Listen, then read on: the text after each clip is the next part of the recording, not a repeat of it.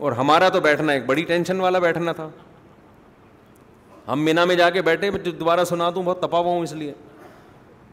ہمیں تو حج پہ اللہ نے قبول کیا تو 10 گنا زیادہ ثواب ملے گا. مینا میں ہم بیٹھے ہیں, دروازہ کھلا, مفتی صاحب ہیں. لوگوں پتہ چل گیا نا, دروازہ بند کر دیا. اندر جو ہمارے لوگ بیٹھے ہوئے انہوں نے کہا نہیں ہے, دروازہ بند. اندر سے اس میں کنڈی تو ہوتی نہیں کیونکہ وہ تو چند دن کے خیمے ہوتے ہیں نا. پھر دروازہ کھولا, مفتی صاحب ہیں, نہیں ہے جی, دروازہ بند. تیسرا بندہ آیا, مفتی صاحب ہیں. اب جو اندر لوگ تھے وہ تپنا شروع ہو گئے. چوتھا بندہ آیا, مفتی صاحب ہیں, کہنے بھائی آپ کیوں کسی کی پرائیویسی میں دخل اندازی کر رہے ہو, آپ کیوں دروازہ کھول رہے ہیں بھائی؟ میں دبکا ہوا چھپا ہوا گھسا ہوا ہوں پیچھے. اب یہ ڈانٹنا شروع ان لوگوں نے.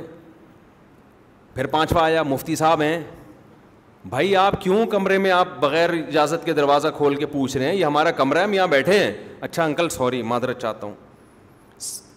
چھٹا آیا, مفتی صاحب ہیں. ساتواں اندر گھس گیا, 2 بندے اندر بستر پھلانگتے ہوئے, مفتی صاحب ہیں. اب یہاں لڑائی شروع, گیٹ آؤٹ, نکل جاؤ یہاں سے, آپ کسی کے کمرے میں کیوں بغیر اجازت گھس رہے ہو؟ Uncle sorry. پھر وہ گئے. پھر اگلا آیا, مفتی صاحب ہیں. میں نے کہا ان سے کہو مفتی صاحب کا انتقال ہو گیا ہے. حقیقت میں نے یہ بولا, بولو وہ مرحوم ہو گیا. میں نے کہا اس کے بغیر نہیں ہوگا. انہوں نے کہا کیا کہہ رہے ہیں, انتقال ہو گیا؟ میں نے کہا انتقال کا مطلب شفٹ, یہ تھوڑی کہ دنیا سے چلے گئے. تو پھر میں کمرے سے نکل کے کہیں اور چلا گیا. لوگ آٹو پہ آئے ہوئے تھے نا, اطلاع تو مل گئی تھی کمرہ نمبر 107 میں. پھر آ رہے ہیں, مفتی صاحب ہیں. پھر اگلا آ رہا ہے, مفتی صاحب ہیں. اچھا شروع میں تو وہ گروپ کے ساتھی مجھ سے بڑے خوش تھے کہ ہم بڑے خوش قسمت ہیں, آپ ہمارے ساتھ ہیں.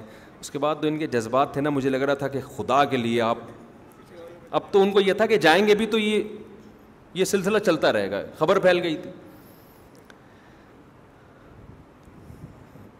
تو میں نے لوگوں سے پوچھتا ہوں بھائی امریکہ میں, کینیڈا میں, یو کے میں مشہور لوگوں کے ساتھ لوگ کیا کرتے ہیں؟ تو لوگ کہتے ہیں وہاں کوئی بھی مشہور کہیں بھی بیٹھا ہوا ہو تو کوئی بھی اس کو تنگ نہیں کرتا, وہاں یہ رواج ہے.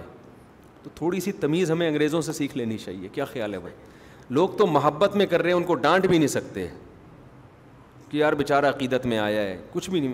انہوں نے مجھے کہا آپ کا حوصلہ ہے مفتی صاحب, آپ کیسے برداشت کرتے ہو؟ میں نے کہا مجبوراً برداشت کرنا پڑتا ہے, محبت میں آ رہا ہے بیچارہ, عقیدت میں آ رہا ہے, میں کیسے ڈانٹ دوں اس کو یار؟